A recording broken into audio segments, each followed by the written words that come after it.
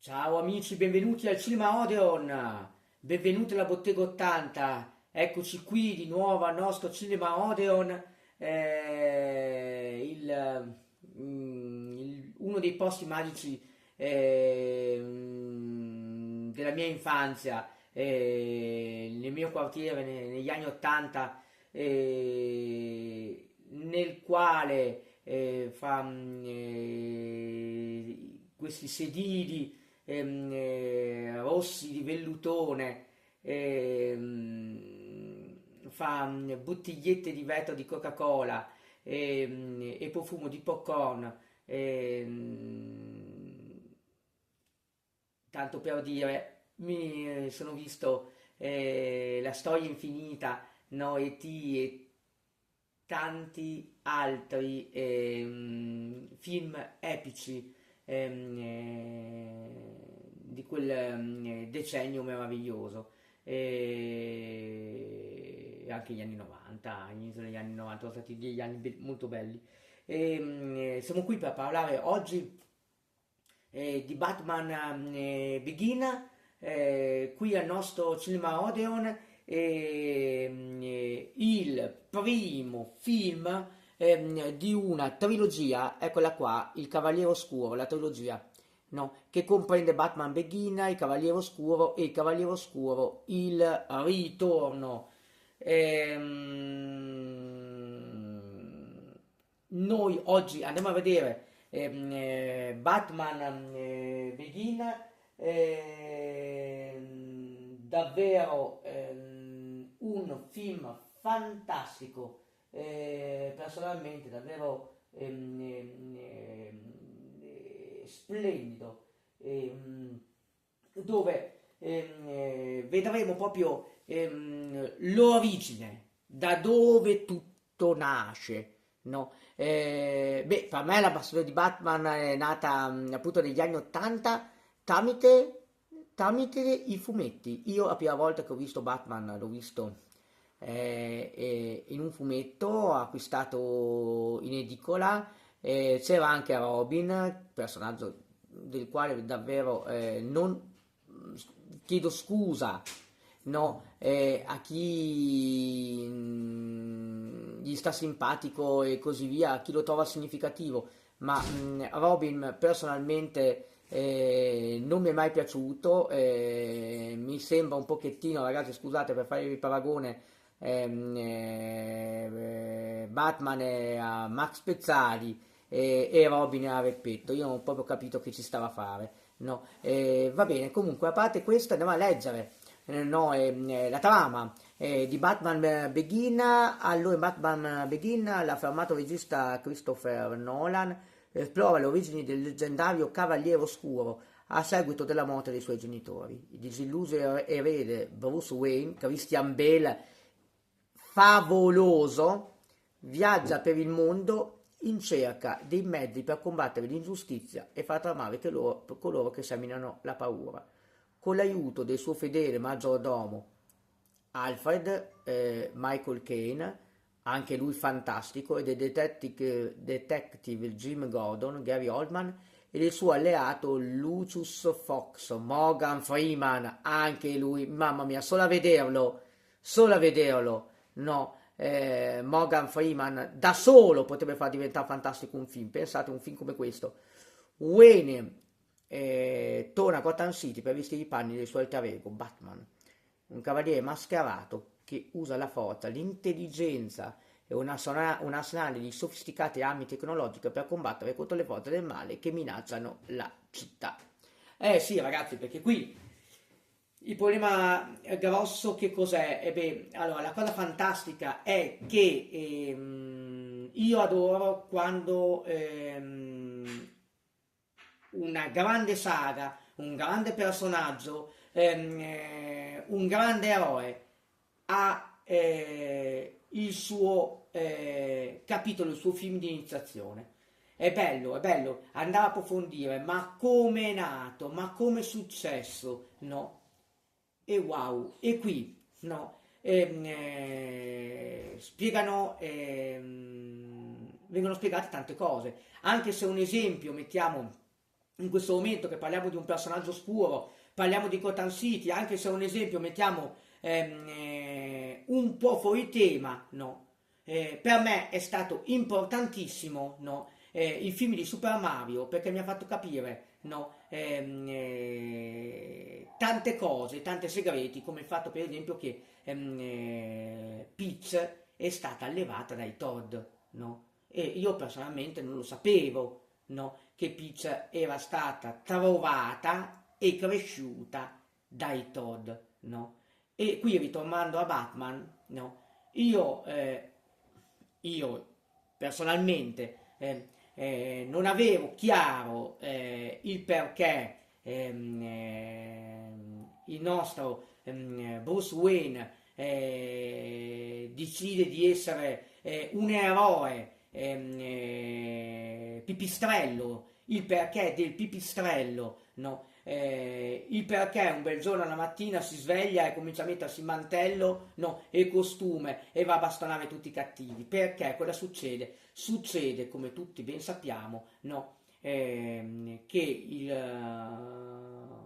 suo papà e la sua mamma, suo papà è una bravissima persona che viene proprio spiegato nel film, cerca con tutti i mezzi, i suoi facoltosi mezzi, no, di aiutare Gotham City, no, a diventare una città migliore, a diventare una bella città, no, a prosperare. Sua mamma e la sua mamma vengono uccisi all'uscita durante uno spettacolo teatrale. Perché? Perché a Gotham c'è un sacco di criminalità. Vengono uccisi da un malvivente. E vengono uccisi perché? Perché no? Vengono uccisi. Perché nella testa del piccolo Bruce Wayne succede che vanno a vedere questo spettacolo teatrale dove lui intravede dei mostri che gli ricordano i pipistrelli, dei pipistrelli, no? Se ne spaventa molto, no? È turbato, chiede ai suoi genitori di uscire prima della fine dello spettacolo, no? I suoi genitori vengono uccisi, no? Da questo ladro che si spaventa per un gesto brusco del papà, se non mi sbaglio, no? E il piccolo Bruce Wayne si sente in colpa, perché? Perché dentro di sé dice, se non avessi mai chiesto di uscire prima dello spettacolo, questo delinquente non avrebbe mai contattato i miei genitori. Ma qua parliamo dei pipistrelli. Io ho parlato dei pipistrelli, lui ha tanta paura dei pipistrelli. Perché ha tanta paura dei pipistrelli? Perché c'è un avvenimento che accade prima, no? Dove il nostro Bruce, il nostro piccolo Bruce, cade, no? In un pozzo, cade in un pozzo e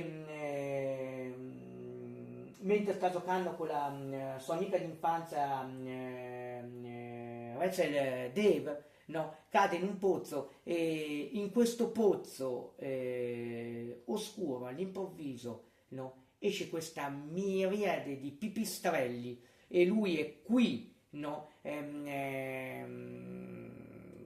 che guarda l'uscita circolare verso l'alto di questo pozzo, mentre questa miriade di pipistrelli gli viene addosso e lui resta suggestionato da questi pipistrelli e li rivede parzialmente, no, durante questo spettacolo teatrale, perché lui è suggestionato, perché lui mettiamo si sveglia male, dorme male di notte, si ricorda di questi pipistrelli, no, e il pipistrello diventerà poi il suo simbolo, quello che a lui faceva tanta paura da bambino dovrà fare tanta paura, no, ai criminali e ai delinquenti di Gotham City.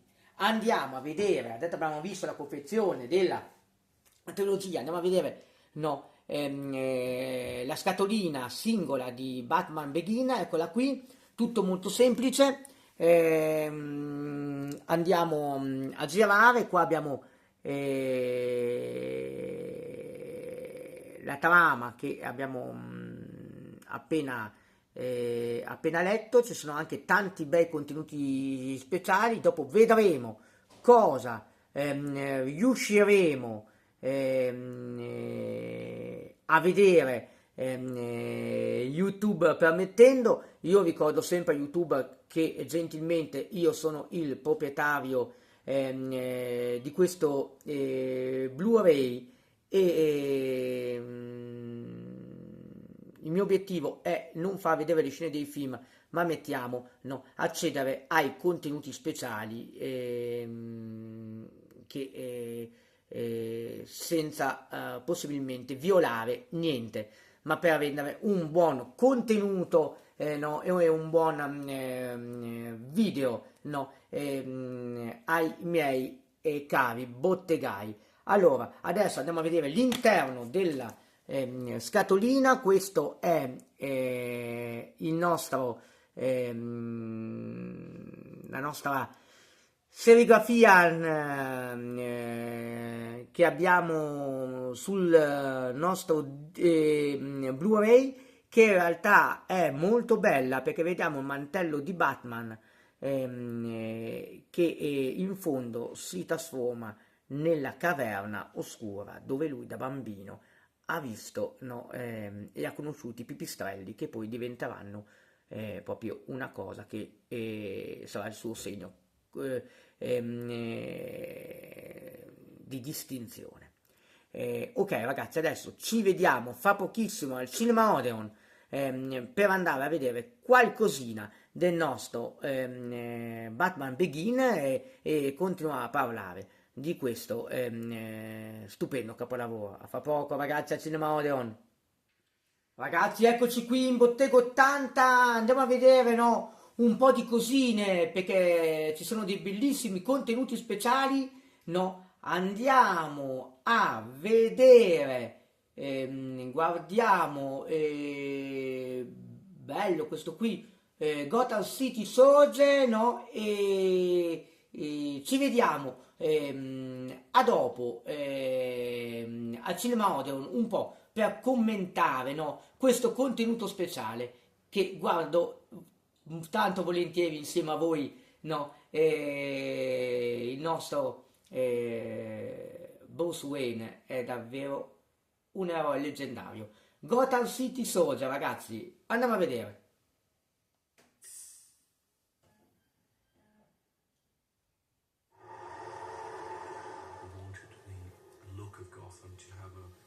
Recognizable texture, like a sort of New York on steroids. Between set bills, miniatures, locations, we can create a world. Roll camera! We have a true working set that's on the scale of a real city. The guys that we've got here have managed to build what they've built in 100 days. Had a whole river flowing through it and waterfalls. Like on the 5th day, I'd find a different section of the set. This film is a designer's dream, really.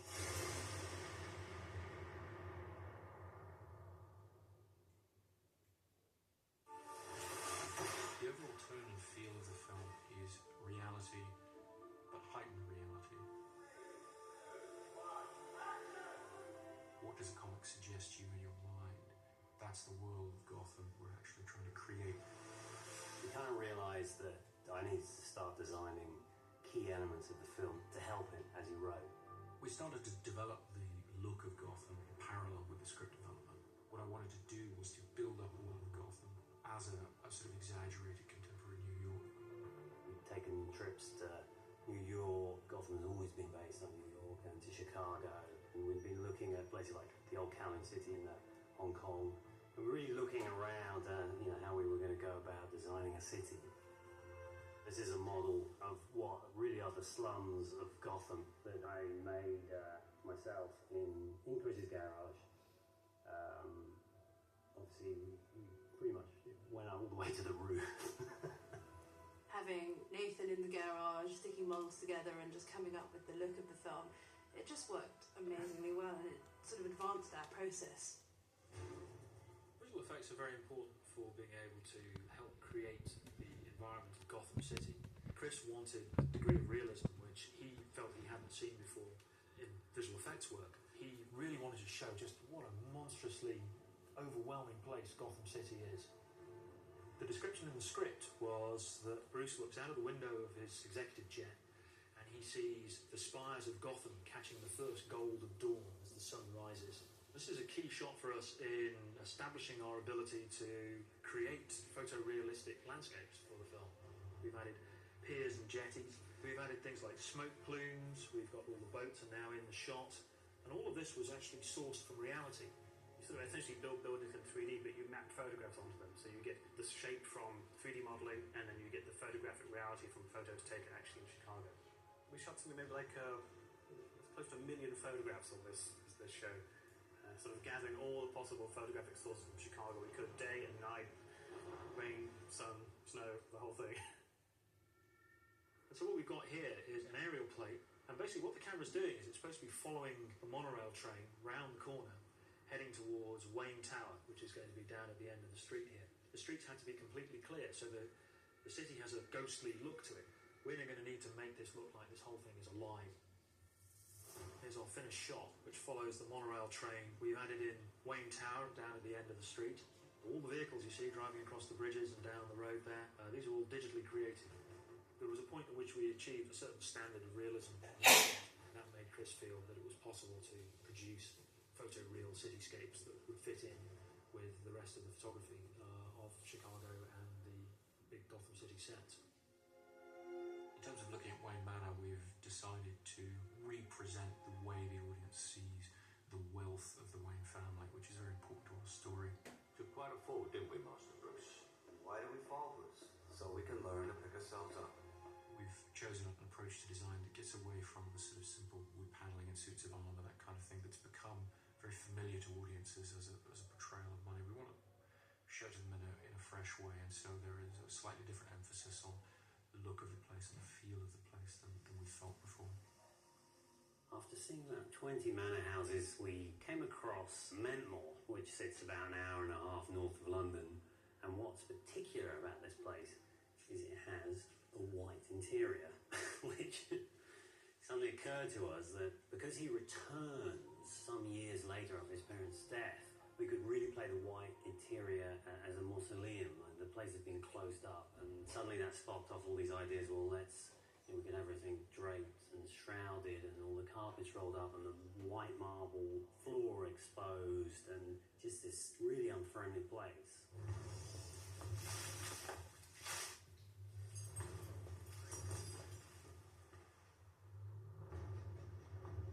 In imagining Batcave, we set out to look at the origin myth as it's been portrayed in the comic book, and we were very drawn to the notion of existing caverns underneath Wayne Manor rather than something that's constructed.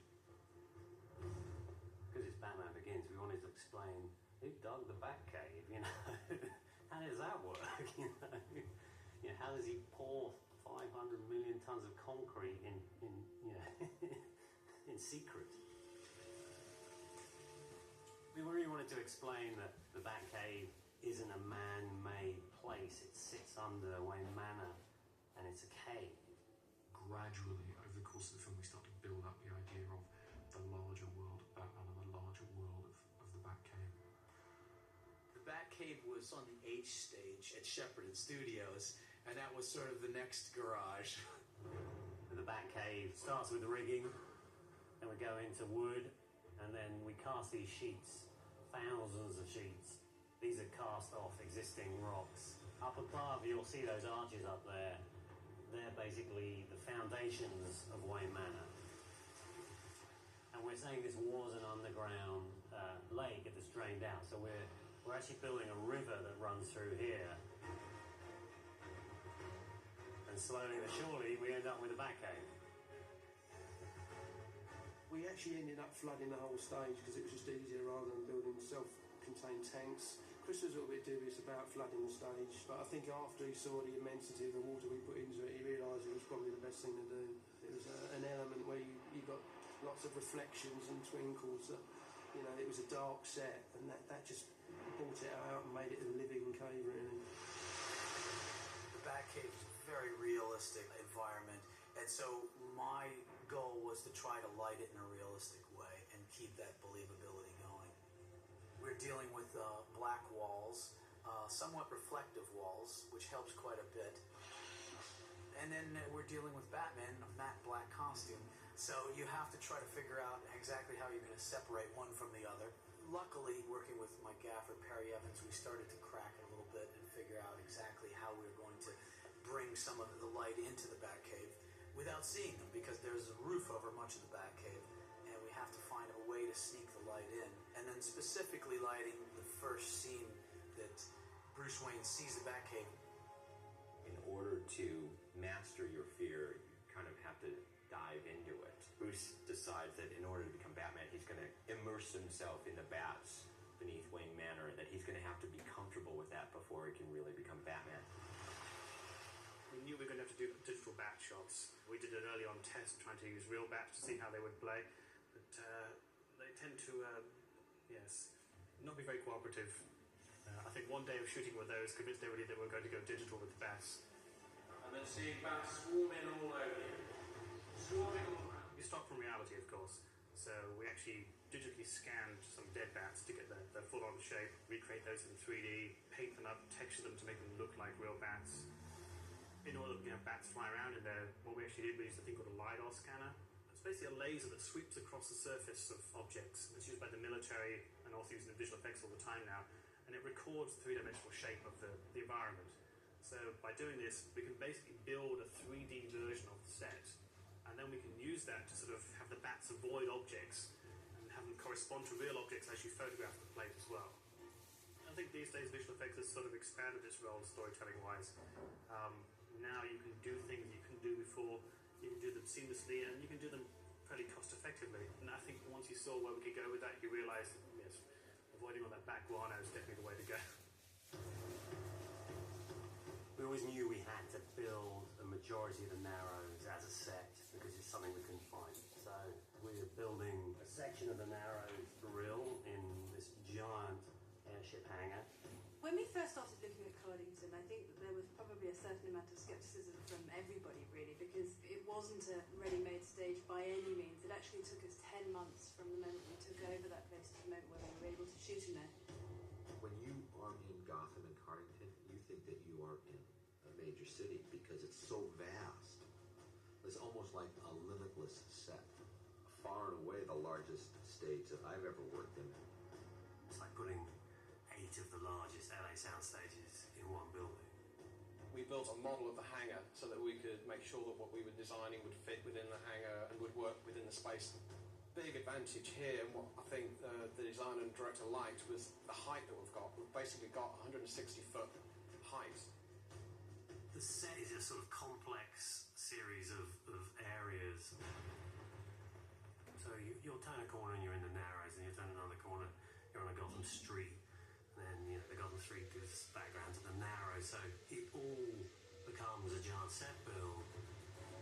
We've managed to build a city, an actual freeway, a borough, and then a downtown area, all in the same building.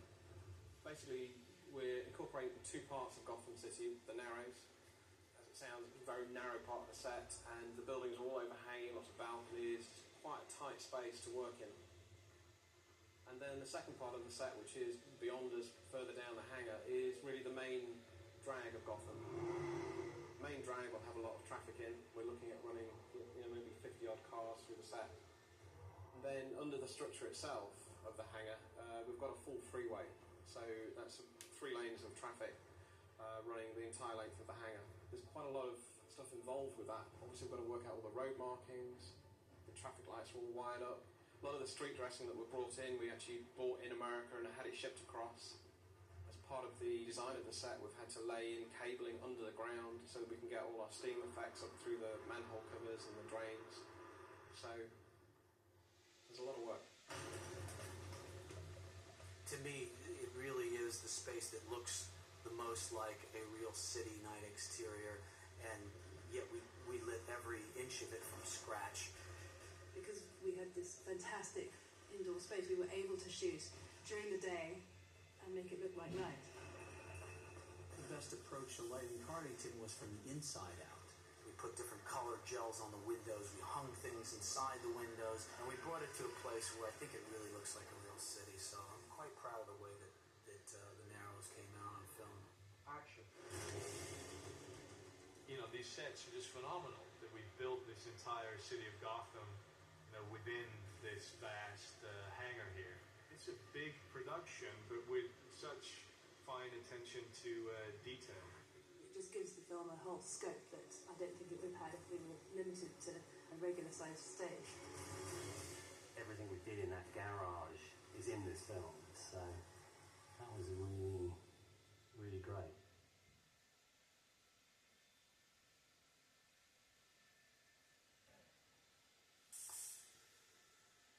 E bene ragazzi, siamo ritornati qui.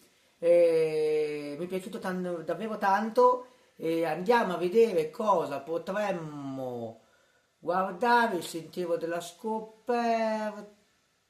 Guardiamo una cosa che vi voglio sicuramente far vedere. Allora andiamo a vedere un attimo. Allora, i documenti segreti con i vari personaggi, no, del film, che questo è molto carino.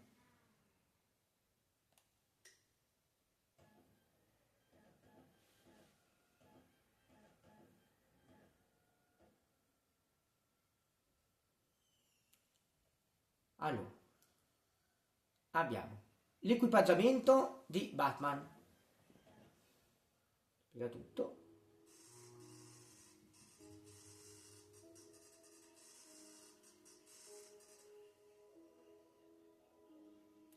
Ok.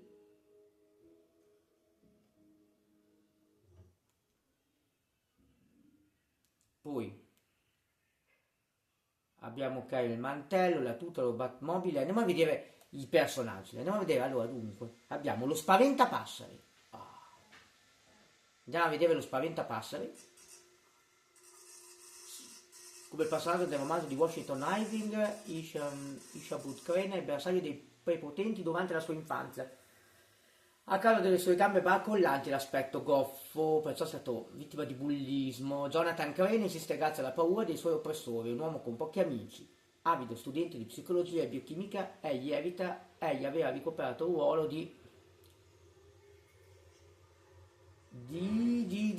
come lo facciamo andare avanti? Niente, non andiamo avanti. Andiamo al Ghul che vedremo chi è, per chi non ha visto il film non voglio spoilerare. Il suo vero nome è Ra's al Ghul, si perde nella notte dei tempi, nessuno sa dove sia nato, in quanto agli afferma di aver vissuto per oltre 600 anni. La sua vita è stata allungata da immersioni periodiche nei pozzi di Lazzaro, una fonte dell'eterna giovinezza chimica. Ra's al Ghul significa testa di demone in arabo. Egli è considerato forse il più pericoloso, forse così, no, sì, il più pericoloso avversario di Batman. Ra è a capo della Lega delle Ombre, un'organizzazione criminale internazionale che egli ha fatto crescere nel corso dei secoli. Il suo scopo è di pulire la terra attraverso il genocidio per creare un nuovo paradiso da lui governato. Gotham City e i suoi amici sono il suo primo bersaglio. Egli considera Batman, con il suo sofisticato arsenale e addestramento, il partito da Harry Ducard. Allora, dopo qua va avanti. Andiamo a vedere, qui c'è i vari alleati e mentori. Qui abbiamo James Gordon, il nostro amico poliziotto.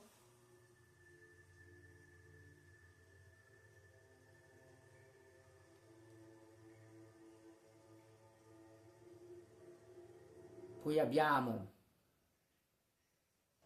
Rachel Davis, la nostra fidanzatina, la nostra comunque molto molto molto carina. Questa attrice mi è piaciuta tantissimo, molto carina, molto sensuale, ma contemporaneamente non volgare, molto pulita, proprio come personaggio, come bello, no? La giusta fidanzata di Batman, anche se no, forse non siamo arrivati a quel punto. Poi abbiamo Lucius Fox. Ragazzi, questo qui è il nostro fantastico Morgan Freeman, davvero immenso nel suo laboratorio sotterraneo, dove vengono creati tutti gli armamenti tecnologici di Batman. Erano stati creati per appunto per una guerra tecnologica, dove la Wayne Enterprise si voleva buttare per un nuovo business, visto che il papà di Bruce era morto e Bruce era scomparso per tanti anni, no? E alla fine forse un po' gli viene comodo a Bruce questo cambiamento che il papà sicuramente non avrebbe condiviso nemmeno lui. Perché si ritrova tante cose belle da poter usare contro i criminali.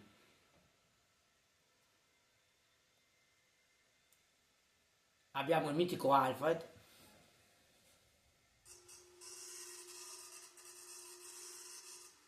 che lui è il più grande, si può dire, amico di Bruce fin da bambino, e purtroppo dopo la morte dei suoi genitori si prendeva cura di lui, e sarà papà, amico, tutto, la persona di riferimento per un bambino e poi un ragazzo che cresce, no, da solo, e sicuramente dopo aver subito un simile trauma. Ok, adesso andiamo un attimino a vedere, usciamo un attimo.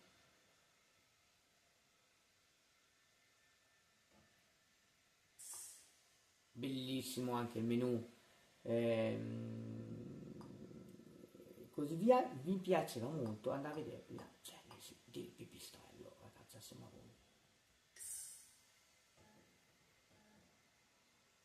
David Gore and myself drew very heavily on the history and mythology of Sì, ragazzi, io ve l'ho detto, io non lo sapevo che Bruce Wayne aveva paura dei pipistrelli della statua della caverna. Prima di vedere questo film io non lo sapevo. Dopo ho visto questo film nel 2005, nel 2006. Io amavo Batman, ho sempre amato Batman, ma non ero a conoscenza di questo. Batman has been blessed in that somehow he has attracted more good writers and artists over 60 plus years than almost any other character. The great part about Batman is that in some ways he's indestructible. As long as you stay true to the origin of who he is and what he's about, very hard character to break. We've been perfecting Batman's story for 66 years. The movie carries that one step further.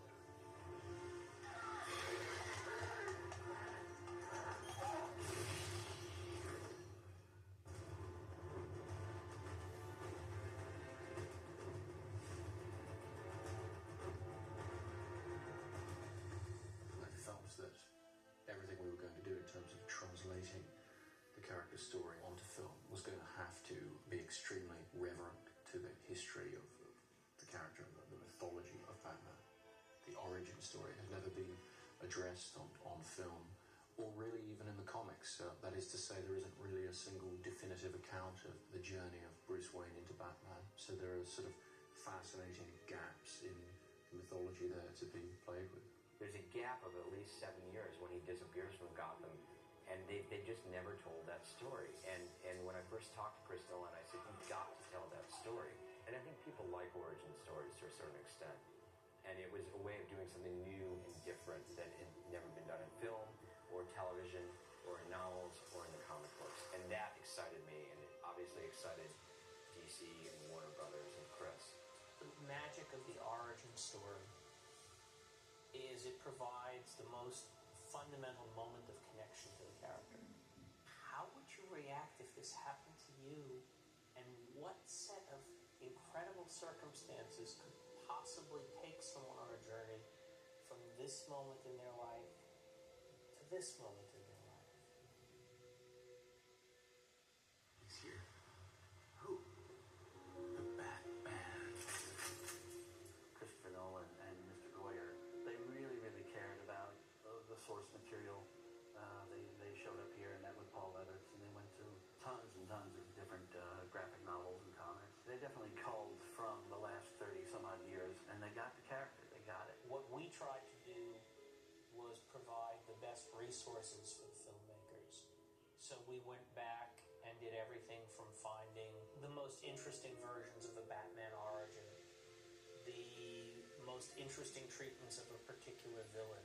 Here's the classic arc that introduced Ra's al Ghul. Here's the 2 or 3 best Scarecrow stories that were done. And you really let the filmmakers draw the inspiration where they may. There were 3 pieces of work or eras of Batman that were somewhat influential to Chris and I when we were working.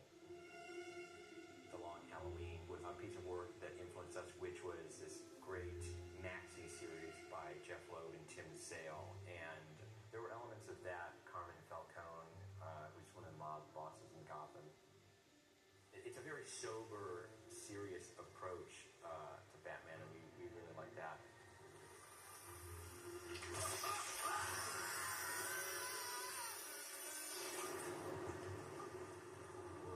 Where were the other drugs going? I never knew. I don't know. I swear to God. Swear to me! And then we were also influenced by some of the 70s Batman comic books written by Denny O'Neil and primarily drawn by Neil Adams. Late, great Julie Schwartz had a name, Ra's al Ghul, which you got somewhere, means head of the demon. And he and I decided it was time for a new major villain. Let's not recycle the Penguin yet again.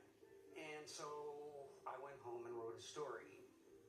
Neil Adams did an incredible job of rounding out the characterization and really making it unique visually. I mean, he's clearly not the guy you pass on the street, yet it isn't some sort of gaudy red and yellow superhero costume. If you look back at the stuff we were doing in the mid-70s, a lot of it was the first period where Batman emerged beyond Gotham, where he acknowledged that there was sort of a real world surrounding Gotham City. And we liked that element because we were determined not to have this film feel like it had been filmed on a lot. We wanted there to be locations that would expand it, that would make the playing field and the canvas feel larger. Ra's al Ghul, what are you seeking? The means to fight injustice. Ra's al Ghul's goals were sort of larger than the Penguins or the Jokers or something like that. Gotham's time has come. Like Constantinople or Rome before it. The city has become a breeding ground for suffering and injustice.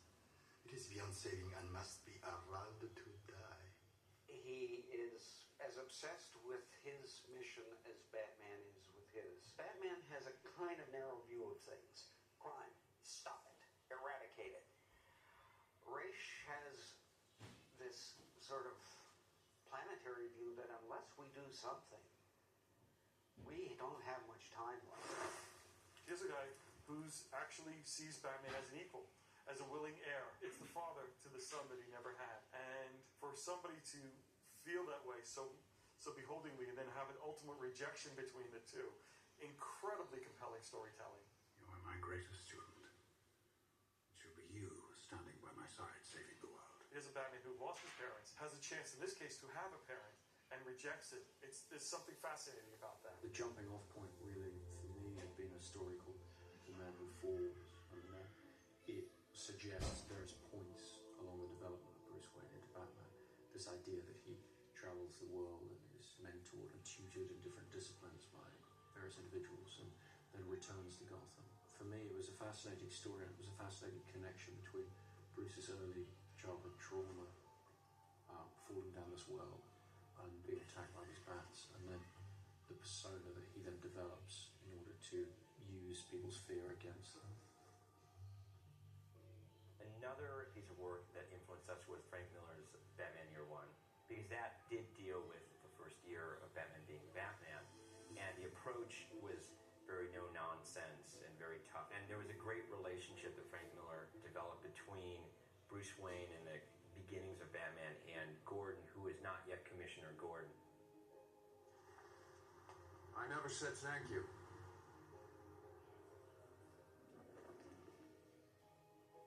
And you'll never have to.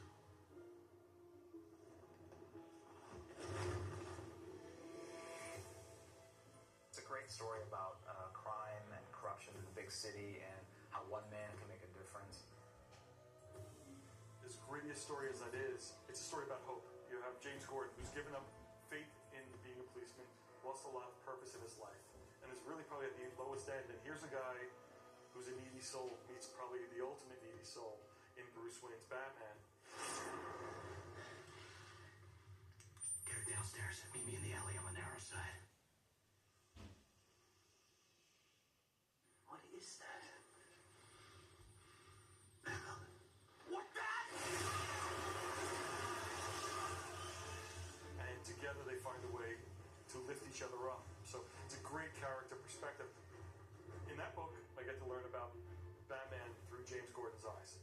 I think Frank was the first one to suggest that the police force in Gotham City was corrupt, and that left an opening for Batman to operate in, because if the police force were doing their job, there wouldn't be as much of a need for Batman, and that would force Gordon to rely on Batman because he couldn't rely on his own police force. That relationship we were definitely influenced by. Frank, from Batman Year One to The Dark Knight Returns, have given such strong visual and classic interpretations of the character while staying true to everything that could come beforehand, that he really was able to embrace everything that makes the character so strong, so iconic, and so identifiable, but we're able to put that polish on it that makes it extremely contemporary at the same time. I mean, this is a 60-year-old character, and he's never felt more new than when Frank touches it.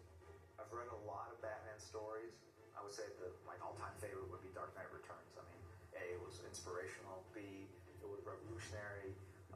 C, it really captures sort of the zeitgeist of the times. I mean, really, it came out in the 80s. It touched on politics, Reagan years, pop culture, and I thought it brought it all together in a way. So it's a great Batman story, but it's also a great story about that time in America. And it actually was Dark Knight Returns that got me into comics.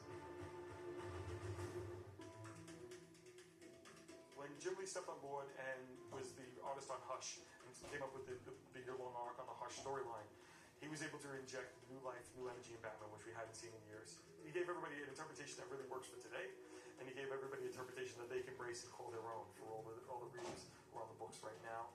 If you draw the line between Neil Adams, Frank's work, and Jim Lee, they're all artists who cast a very full illusion. They're not drawing from a cartoon iconography as much as an immersive world.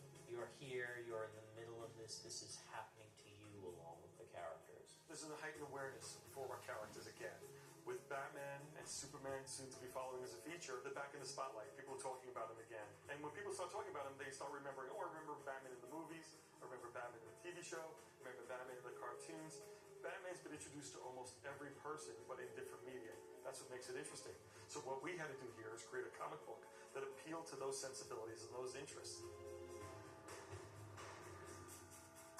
We were kicking around this idea of a new all-star line, and actually it seemed like the right time to do it. The fact that the movie was kicking in, the movie was about to hit the screens, the book was coming together all at the same time, it was just right serendipity for the project. The idea behind the all-star line is to let creators work on classic characters without sort of the drag of continuity. It allows us to really go to the source material, start from scratch, and rebuild these characters up in a fresh, contemporary way, at the same time making them true to the original creations. Frank Miller and Jim Lee are the people that can give you a definitive story. That's why we went to them. We knew, being fan favorite artist and being fan favorite writer, this is a match made in heaven. Frank and I met a couple times to talk about sort of the tone of the book, what he wanted wanted to do with the characters, sort of the approach he was going to take. And it really is a story more about Robin, which is a different approach. I mean, most Batman stories with Robin, he's always the sidekick. It's usually from Batman's point of view. And by looking through Robin's eyes, you really see Batman in a very different way. You know, obviously his idol, but he's also an adult. So I think there's a lot of stuff that hasn't really been mined. And I think that's what Frank's great at, is really taking stuff that's been there for decades and really kind of dusting it off and putting a fresh spin on things. The great part about working with Jim Lee and Frank Miller are that they both so intimately aware of who Batman is and have such a strong interpretation of him, and more importantly, have been instrumental in the interpretation of the character over the last 20 years, that they bring a certain level of respect and understanding to it. So this All-Star book will actually give people kind of a fresh, modern reintroduction to the classic version of these characters. I mean, when I read the script to issue 1, I'm a 50-year-old man sitting there going, shucks, this is great.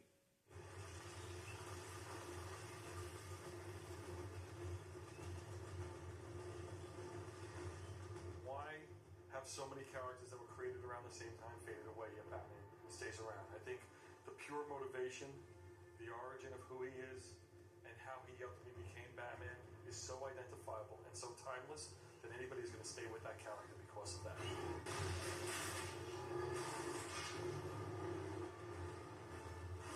He's sort of gone from just being a comic book character to a character that's completely permeated the public consciousness. Batman's world is recognizably ours, but it's a tweaking of reality. It's a heightening. That's, I think, exactly what this movie does and what the best Batman stuff has always done. Because you're here. It is a story on an absolutely epic scale, and that is what Batman deserves, and that's what we tried to do. And I think that telling a story on this scale has been certainly a challenge, but also really a lot more fun than I anticipated.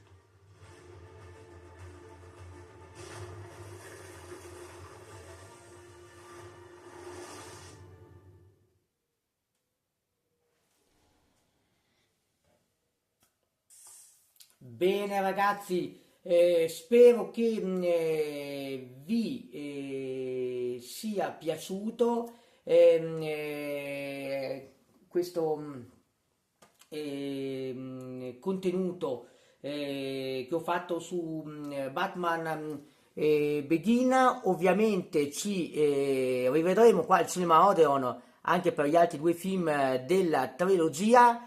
Con questo ragazzi io vi saluto e vi auguro tanto divertimento, tanta nostalgia e tanti ricordi con i mitici anni 80, no? Ci vediamo a prestissimo in Cinema Odeon e in Bottega 80.